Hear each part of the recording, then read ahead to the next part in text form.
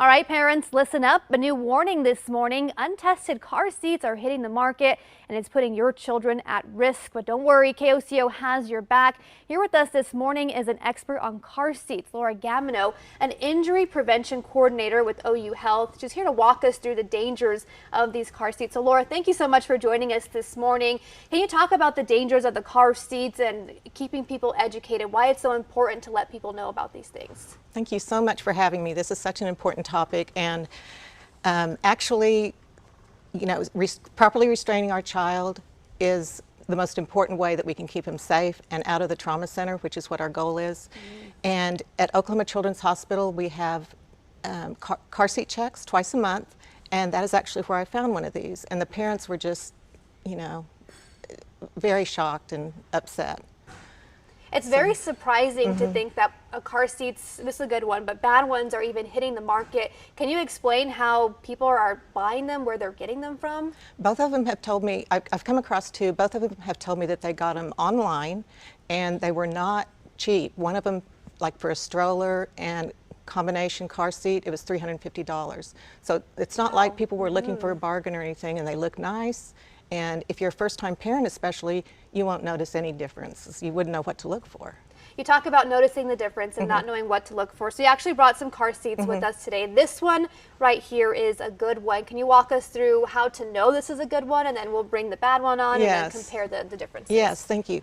Okay, this is what most people are used to, and thankfully. And you can see we call this a 5-point harness because 2 at the shoulders, 2 at the hips, and then the crotch strap.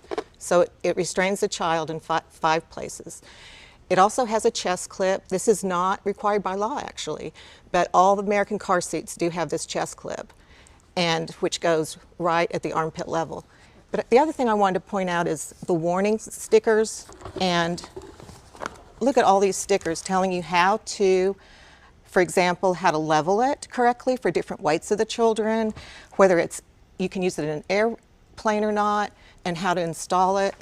And it's on the other side too. It's all over, written all over for you. And then on the back is going to be model numbers and other things embossed in the car seat.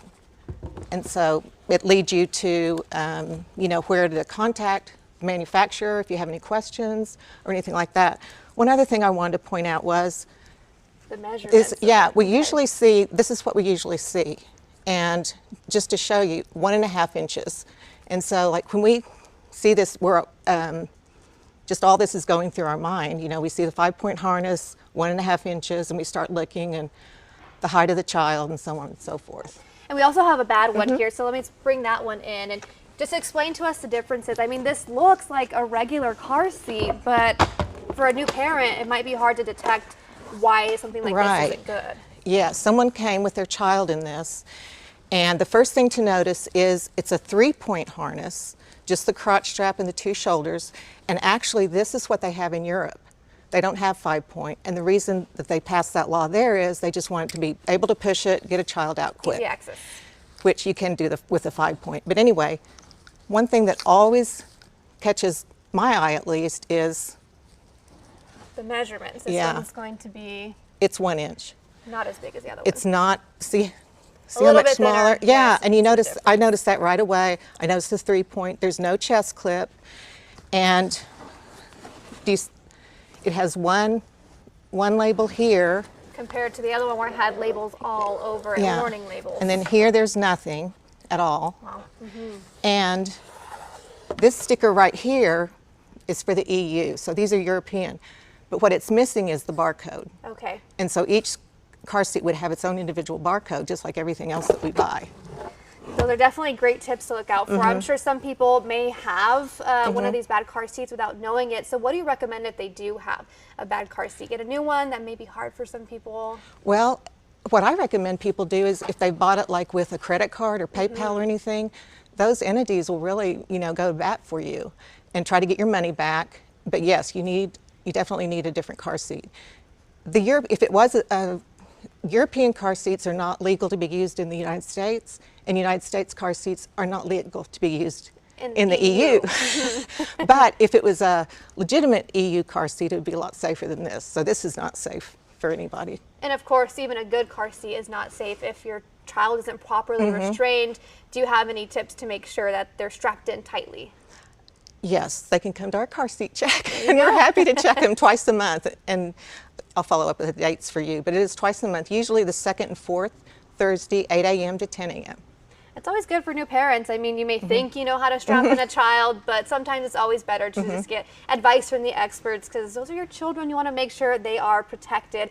Okay, Laura, is there anything else you want to add?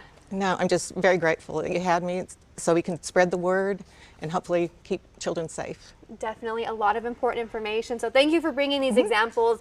A lot of stuff. We will have all of this interview posted online if you missed anything, just to make sure you know what to look out for and what to look for and what to do if you do have one of these bad car seats. So thank you so much again for joining us. Very important information for people to keep their children safe. So thank you. Thanks. All right.